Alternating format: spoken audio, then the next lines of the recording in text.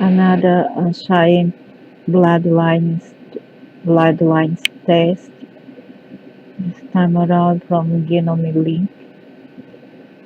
And here we have the Pleistocene era. Oh, this one is Mesolith Mesolithic.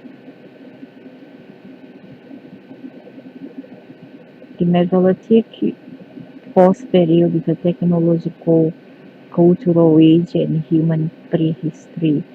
Was called the Middle Stone Age, although roughly its beginning coincided with the start of the Holocene geological epoch, since it marks a cultural transition of the human population from the Upper Paleolithic cultures to newer but still stone tool technologies. Its beginning and end dates are more flexible, depending on when populations of different geographical areas adopted the new culture technology, while the beginning of the Holocene epoch around this time for 50. So I have a very little percentage. Mesolithic, one era, post era.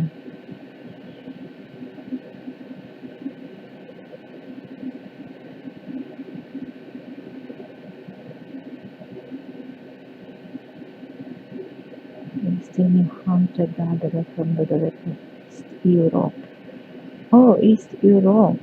So the comparison to the Paleolithic, the hunter-gatherers transitioned from large mammal hunting to a more general hunter-gatherer lifestyle, focused on medium-sized or small-sized animals. The heavy-shaped stone tools were substituted by more sophisticated microliths. The variation in habitats led to great socio-cultural diversity. The application of the so-called microboring blow technique to produce bradoliths became widespread all over Europe. It suggested that the Scandinavian peninsula was colonized from two directions, from the European mainland by the western hunter-gatherers who created the Posna uh, Hensbaka and Komsa technologies, and by the eastern hunter-gatherers from the directs of East Europe, who created the Kunda culture. Both the eastern and western hunter-gatherers possessed the advanced maritime technology, constructing boats and colonizing the archipelago of Scandinavia. Oh, what is that? No, not the Vikings. It's pre-Viking. The most widespread tools of the European hunter-gatherers were the hand scrapers, borers, burins, bradlets, and flax. Core as these were used to fall and debark trees and to construct canoes. Besides, they constructed bony, angler, and woody tools, for example, fishing hooks from antlers and needles from bones. Bows and arrows were used to hunt red deer, orangutan, ibex, wild boar, and auroch. In the early Mesolithic, in comparison to previous periods, coastal human populations started exploiting marine resources. Mesolithic humans became more focused on plant resources such as mushrooms, tuber, hazelnuts, white peas, and lentils. The hunter-gatherer groups were mobile, usually dwelt near rivers and lakes, and their settlements covered several hectares, inside which the camps were used over centuries. The burial rites of Mesolithic one period people consisted mainly of simple um, inhumation with personal ornaments. The Mesolithic one period ending roughly coincided with the beginning of the geological Atlantic period, which was the warmest and the moistest period of the Holocene. So now let's see the Pleistocene.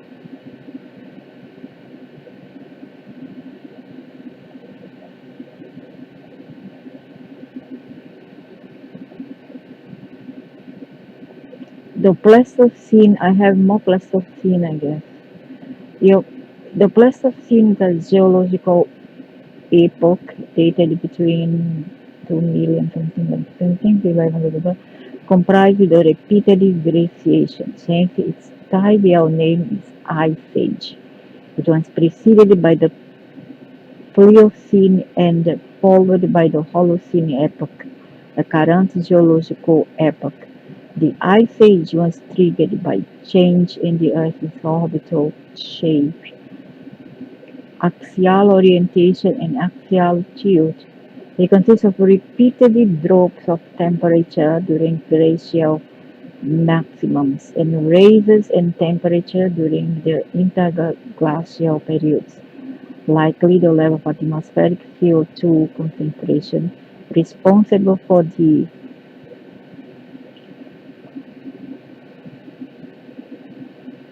Pleistocene is a geological drop during likely the charge of atmospheric release, isolation slipped by change in the Earth's orbital shape, axial orientation, and axial tilt.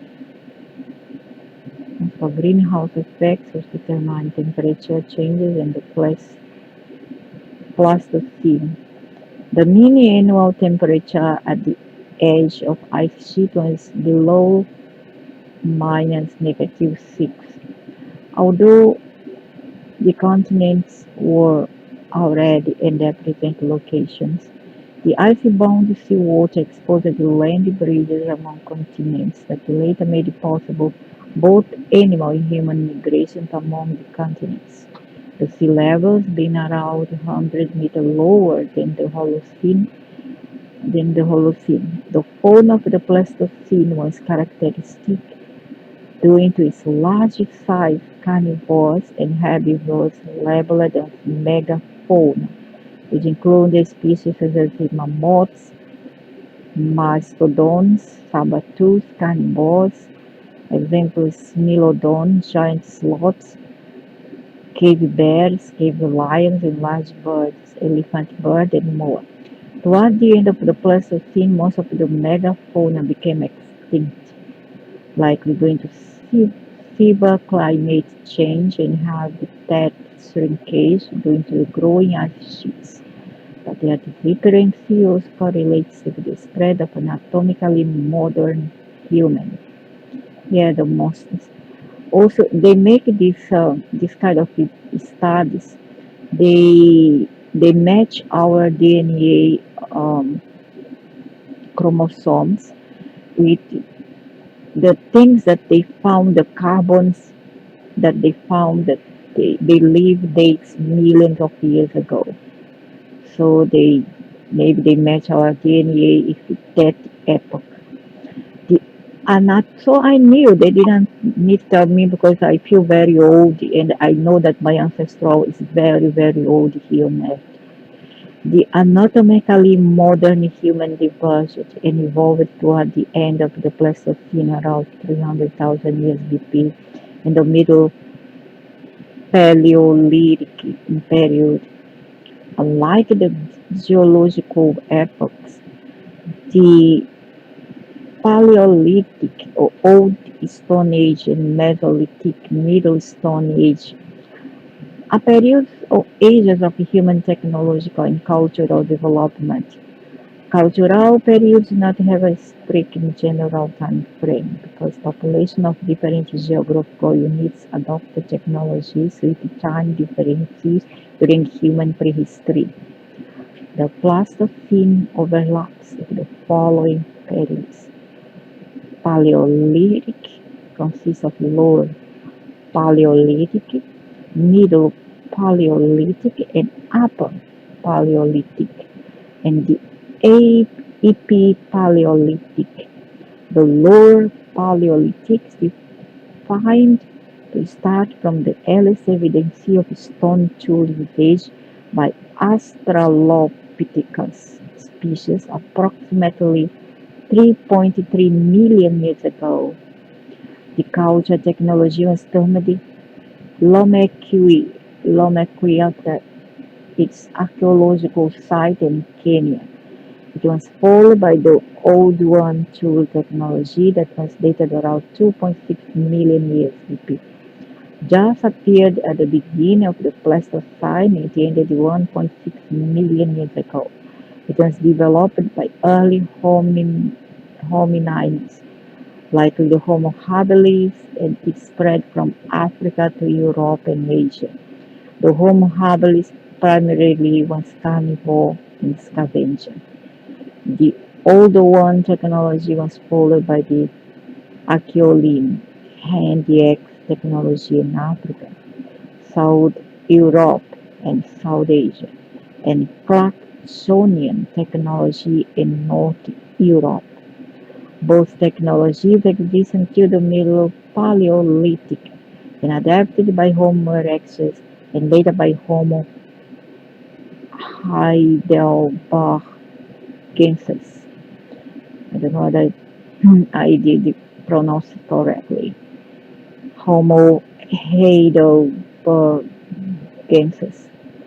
They also transited from scavenging to hunter-gathering, specifically human evolution prehistory until the Neolithic period. The use of fire is connected to Homo erectus, the earliest evidence dating back millions of years BP. From the Homo erectus from a common ancestor to the Homo erectus involved the Homo antecessor, Homo naledi, Homo neanderthalis, Homo denisova, and finally the anatomically modern human, the Homo sapiens 2. The Homo neanderthalensis, which I have, I also have DNA of these beings, very little I still have, much more than the Pleistocene or the other monolithic, Mesolithic era ancestral, but I still have Neanderthals and I do have Denisovans. The eldest remain date to be about 430,000 years BP. They created the Mousterian tool industry, were able to make fire with various food cooking techniques, craft simple clothes, and use medical plants. Had their special cave painting, bony flute made ornamentals, likely had a spiritual belief and language. In comparison to the anatomically modern humans and more robust than code adapted with a smaller brain case. Because they had small populations likely suffered inbreeding and genetic drift. Although there is considerable evidence of interbreeding with the anatomically modern humans, at least in two time periods. Thus, the sub-Saharan modern humans have around 1.34% Neanderthal ancestry. They also, I have to something. They also interbred with the Siberian Denisovan archaic. Also have Denisovan archaic human species. They became extinct in the Upper Paleolithic, approximately 40,000 years BC, being outcompeted by the anatomically modern humans. The dinosaur hominids inhabited Siberia in the lower and middle Paleolithic. Little is known about their anatomy and culture. However, genetic analysis indicated interbreeding not only with Neanderthals but anatomically modern humans of Asia, having high trace in Melanesians, Papuans, and Australasians. Their introgression into modern human occurred in two occasions. The Middle Paleolithic period roughly spans between 300,000 and 30,000 years BP. Although there is considerable differences among the regions and continents regarding the adaptations of Neolithic technologies, The most accepted theory is that the anatomically modern humans started their out-of-Africa migration during the Middle Paleolithic era, but doesn't mean that that wasn't humans around here already, and there were humans around here already. Some scientists propose that early modern humans developed religions, beliefs, engaged in trade with each other, and likely they had an egalitarian social system similar to modern-day hunter-gatherers. They competed with large carnivores and hunted large prey with projectiles. The Middle Paleolithic humans activity validates the extinction of megafauna. Some suggest that both Neanderthals and modern humans practiced ritualized cannibalism or defleshing. The Upper Paleolithic is dated between 50,000 and 12,000 years BP, although it shows continental and subcontinental variation. It coincided with the end of Pleistocene. The Homo sapiens population colonized Australia at the beginning of the Upper Paleolithic and during the last glacial maximum 25,000 15,000 years BP started colonizing the American continents. Artworks are flourished in forms of petroglyphs and female figurine named Venus in Europe. So you see the Paleolithic during the last glacial maximum 25,000 to I don't know how many I cannot see properly here. ESBP started colonizing the American continents.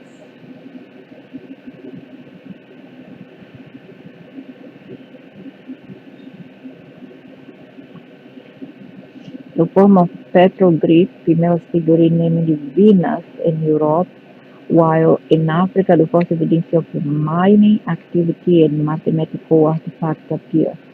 During this period, the European early modern humans, the Cro-Magnons, colonized Europe, creating the Upper Paleolithic technologies cultures such as the Aurignacians, Gravitians, Solothurn, Magdalenian, and Epigraphician cultures.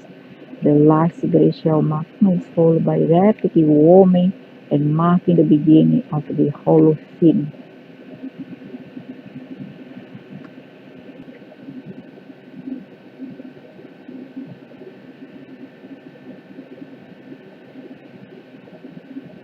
Post-Thermidor, Chalcolithic, Paleolithic, or Ineolithic is a period falling during the Neolithic and Bronze Age, approximately dated between 5000 to 3000 BCE in Europe. However, its length varies significantly among the different regions and continents. Um, divided, you know what's here? Descending on when the population of each geographical region adopted copper smelting technology. The earliest archaeological evidence of copper mine in the Near East and the Levant precedes the first European archaeological finds by one millennium.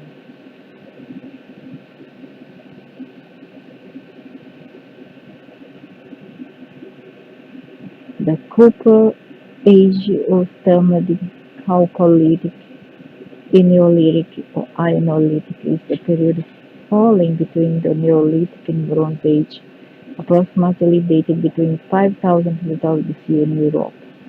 However, its length varies significantly among different regions and continents depending on when the population of each geographical region adopted copper smelting technologies. The earliest archaeological evidence of copper mining in the Near East and the Levant precedes the first European archaeological finds by 1 million.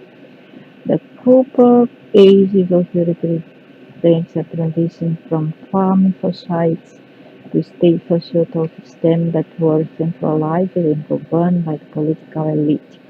And the Fertile Crescent in Mesopotamia emerged the Ubaid civilization, the Sumer civilization in North Africa, pre-dynastic Egypt, Southeast Europe, the Proto-Minoan Crete, and Southeast Asia, the Birhana and the South Asia, the Birhana and Megarth civilization.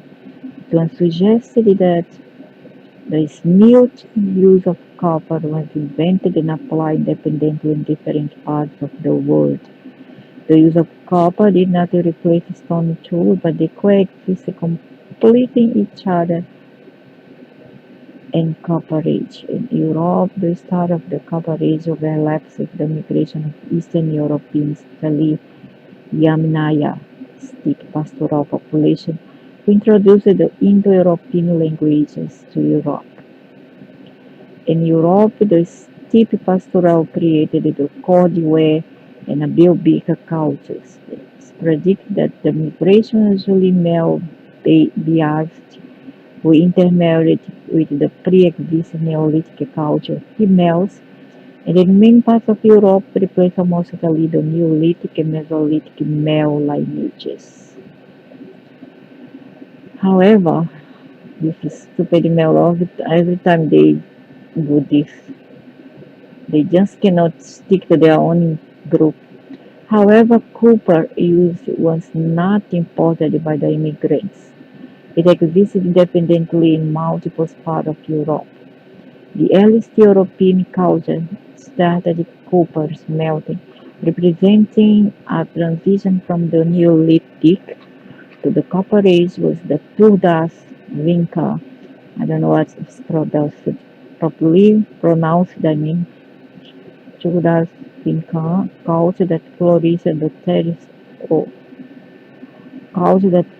the territory of present-day Romania, Serbia, Bulgaria, Greece, and Macedonia.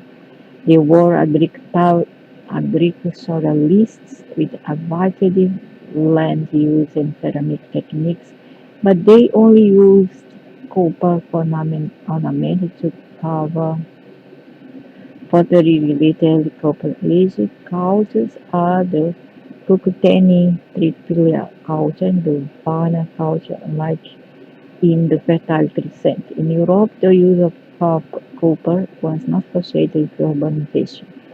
Likely at the beginning, copper was used only to make ornaments due to its eye-catching color. It became popular due to its relatively easy manipulation.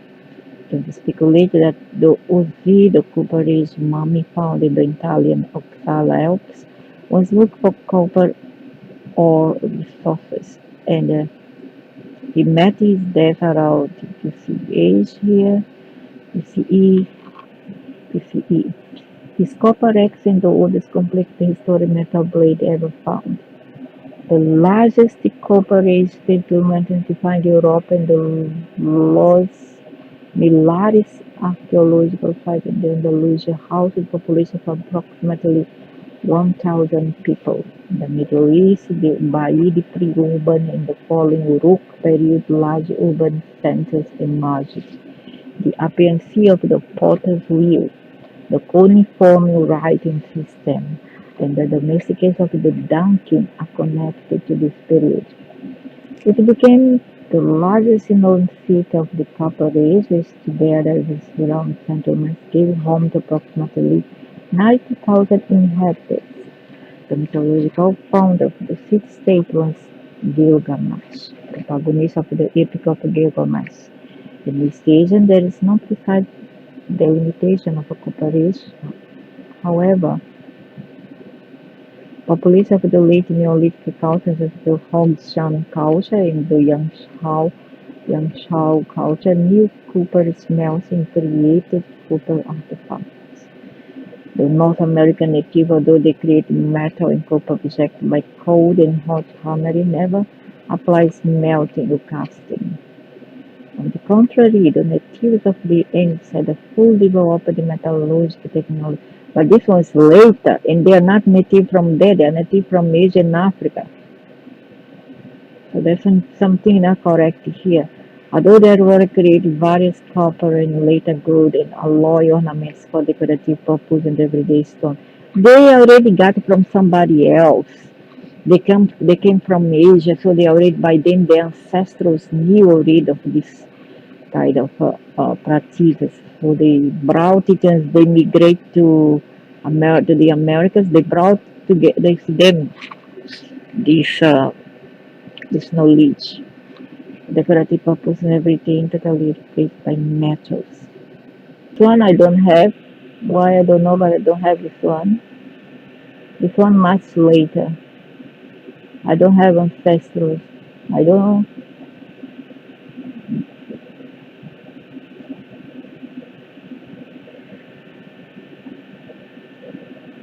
match my DNA.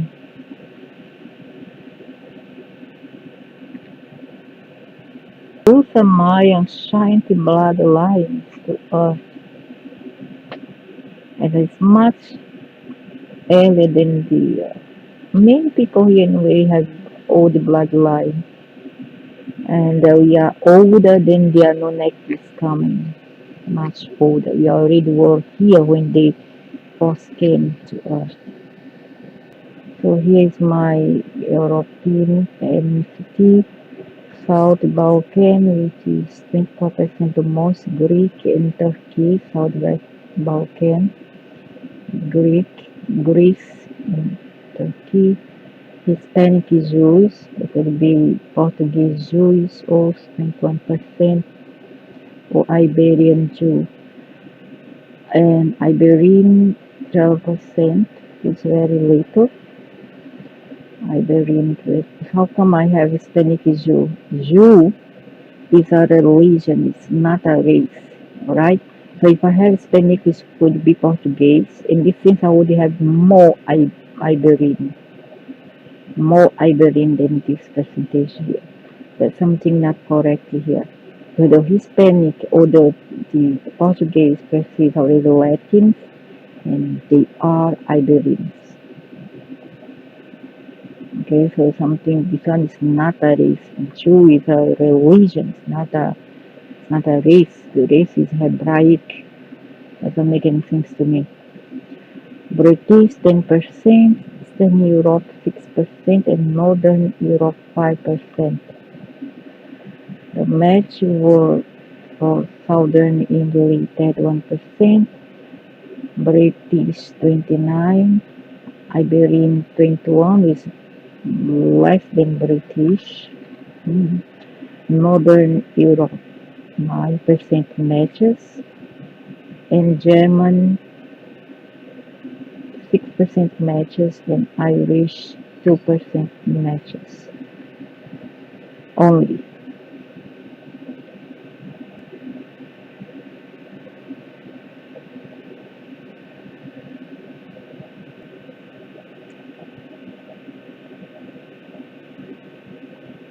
There's no such thing as indigenous American, those are Asians, so 70% Asian.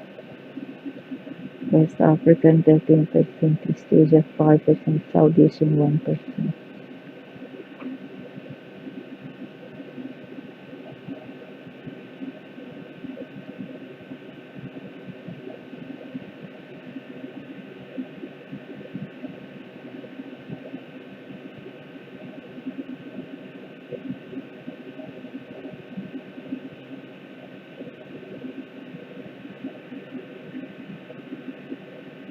Yeah, they came from Asia.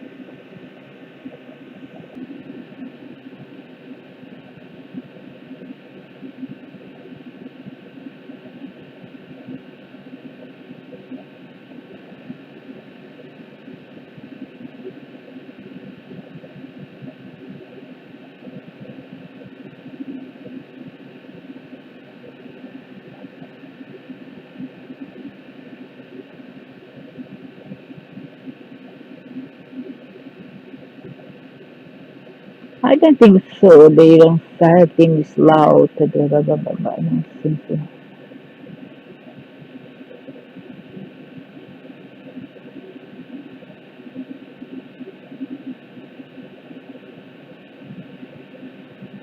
Of course, I'm not 100% right. Crazy.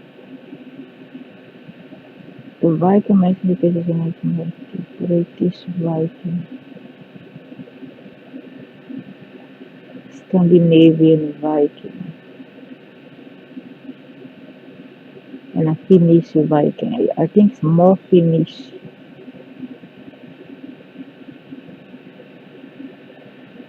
because my mother was born in a place where the Finnish from Finland came, and another place that was the Swedish. So it's Slavic, there's a percentage, Finnish, and Scandinavian Viking.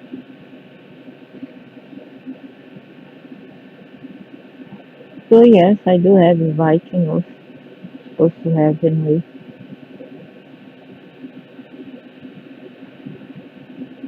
I see my Asian root, Siberian. Let's see, South Indian, 20%,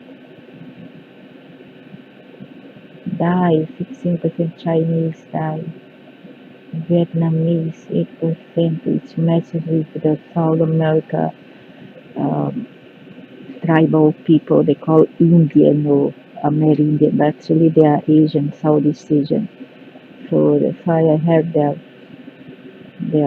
genome as well. Burmese 4%, Levantine 2%, Turkic 1%. How come I have less Turkic? I don't believe. Supposed to have more Turkic. So I have overall I have more Siberian Asian, that's 3%, and Saudi in Indian. Oh, Chinese 16%. Okay, not good. My global ancestry, Greek and Turkey 24%, West African 21%, native peoples of Ames, which not could be and could not be Ames, 12%, people of Amazon 10%, Maritime East Asian 9%, mainland East Asia 6%, it's China, and West Asia 4%. West Asian would be Middle East, I would say. So, yeah,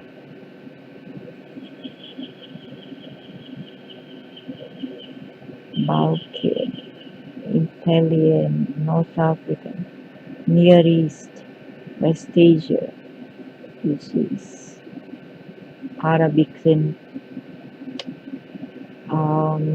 Hebraic and West African. Here they say most frequent ethnicity Scandinavian 24%, Southeast Asia 6%, which coincides with these people from tribal South America. So I don't understand. Most unique ethnicity West African. 21% native peoples of North. So Scandinavia here is the top.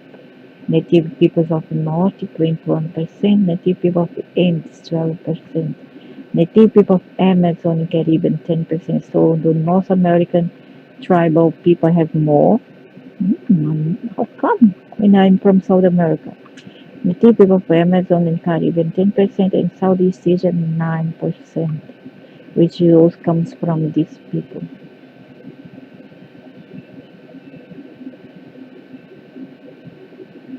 Is my British ethnicities. Southeast border 8%, South 16%, and North 14%. So more from the South. Scotland 8%, Southwest and North percent, Orkney 5%, and Northwest 4%. Your UK ethnicity, okay. So yeah, of course I have British. Why not? The British went my hometown. They built um, bridges, and the Dutch also went to then built those bridges. So altogether, so 55% altogether. So these people are not Latin, they are Asian people. Okay, let's be down to earth and realistic. They are they are in Latin America, but they are Asian. So from their tribe, I supposedly have these people here.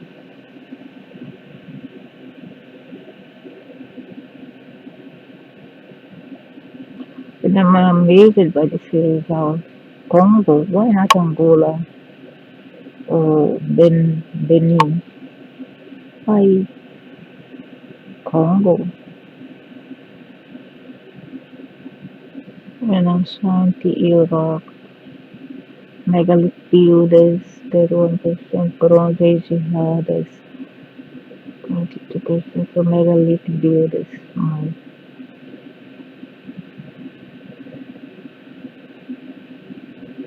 Also European permanent. Okay.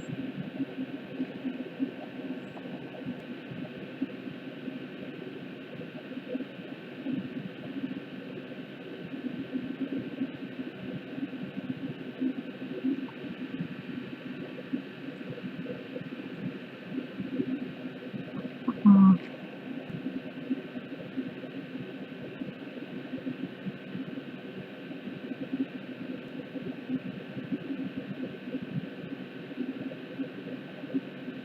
Only 1%.